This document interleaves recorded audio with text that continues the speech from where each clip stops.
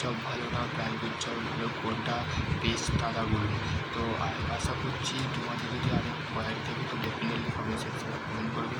দেন তোমাদের বলতে গেলে তোমাদের যে কোশ্চেনটা আছে সেটা বলতে গেলে আমি পরপর একটা একটা করে উত্তর দেবো। তো সমস্ত তোমরা এই ভিডিওটা স্কিপ করবে না, অবশ্যই তোমরা দেখবে, ঠিক আছে? তো দেখো বলতে গেলে গভর্নমেন্ট জবের বলতে গেলে অপরচুনিটিটা বেশি থাকে, ঠিক আছে?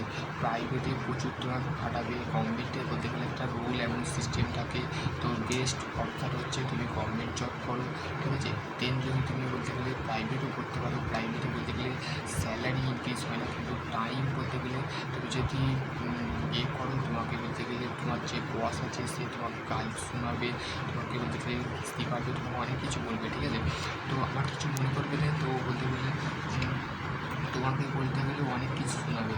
তো প্রাইভেটে বলতে গেলে জব না করে 5 বছর তুমি বলতে গেলে যে গভর্নমেন্টের যে প্রস্তুতি আছে সেগুলো আপনি নাও, ঠিক আছে? দেন তারপরে বলতে গেলে তোমাকে হচ্ছে গভর্নমেন্টের what is the difference of between government and private.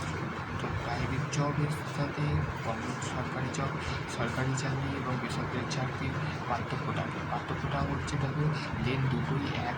এটা হচ্ছে একজনের বলতে গেলে পাবলিকের হাতে থাকে, আর এটা বলতে গেলে সরকারের হাতে থাকে, ঠিক আছে? পাবলিক যে বলতে গেলে একটা অর্গানাইজেশন করে সেটা হচ্ছে প্রাইভেট সেক্টর, ঠিক আছে?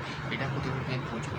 তারপরে দেন হচ্ছে বলতে গেলে তোমাদের সরকারি যে জবের যে অপরচুনিটিটা আছে সেটা হচ্ছে বলতে গেলে তুমি যে সরকারের যে আন্ডারে রেল থেকে, এসএসসি থেকে, তারপরে পিসিইউ এর থেকে, তারপরে হচ্ছে ডিআরডিও থেকে, এই যে সমস্ত সংস্থা হ্যান্ডেল করে কিন্তু আমাদের বলতে গেলে